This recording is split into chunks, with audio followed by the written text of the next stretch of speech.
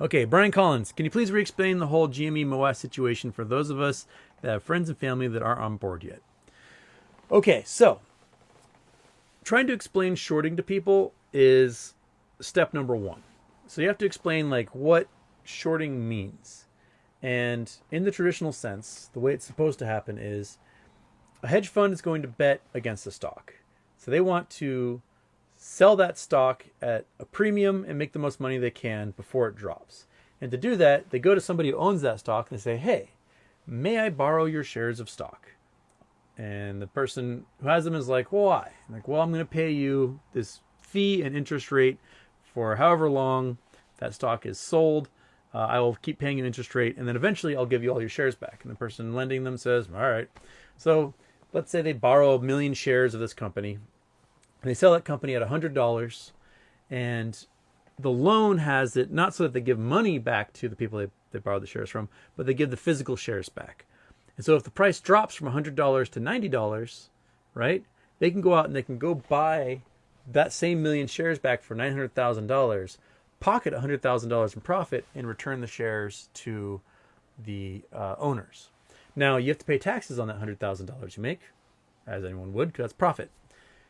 Now, if you're a short seller and you're betting that a stock is going to go to zero, right? So you can borrow those million shares, sell them at $100, and watch that stock plummet out of existence, just disappear forever and no longer exist. If that happens, you do not have to pay back your lender because there are no shares to pay back. They don't exist. And you get to keep the, pile of money, the $100 million or whatever it is you made. And sorry, I did my math wrong on the first one. You make $10 million. You get to keep your $100 million.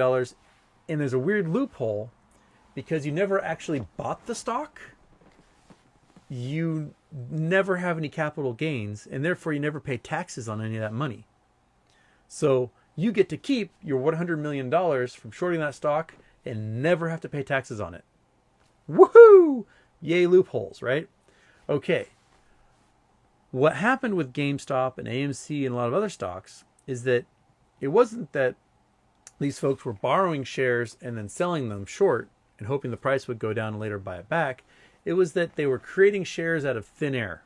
They were selling counterfeit shares on the market that did not exist and selling those to people.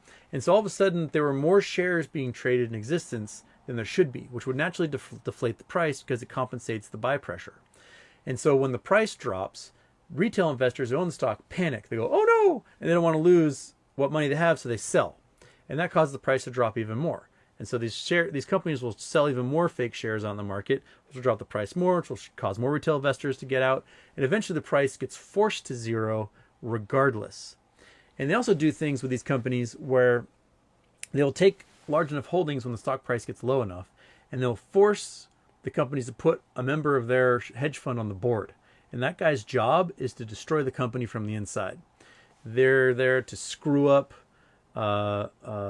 deals with vendors and contractors. They're there to ruin logistics. They're there to make the customer experience terrible. They're there to ruin research and development. They're there to essentially just torpedo the company. So a lot of these corporations that get short attacked by hedge funds, they lose out on not just the stock price, but they get a lot of their other deals just absolutely torpedoed and sabotaged. So the stock price goes even further, and they'll start having them rack up tons of debt that they can't pay back. And you get the added bonus of take a lot of that debt and you give yourself huge bonuses. And then you just walk away into bankruptcy and you collect all that cash and disappear. The stock goes to zero, and then all of a sudden the short hedge fund after 4 or 5 years pays nothing in taxes. They never had to go out and borrow shares to begin with, and they get away with it because the SEC is not doing its job of making sure this doesn't happen. So that's what happened with GameStop and AMC and a whole bunch of other stocks, was that they would sell naked, retail investors would panic, the price would drop. They'd sell naked, retail investors would panic, and the price would drop. And they were working it down. They got down to $1 something for AMC. I think the lowest for GME was like $2.57. Well, what happened was retail investors finally figured out how to counter that, is that they just gobble up everything and hold it and don't sell. And the price all of a sudden goes up. So if you short sold a stock at $10 down to $2 and the price all of a sudden is 150, you're screwed.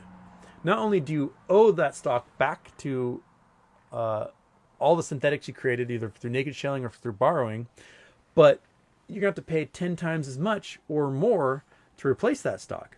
So currently, you know, Melvin might be out $30 billion on GameStop alone at this price. But if they have to go in and start buying up the stock, the buy pressure goes through the roof because they owe millions and millions and millions of shares, right?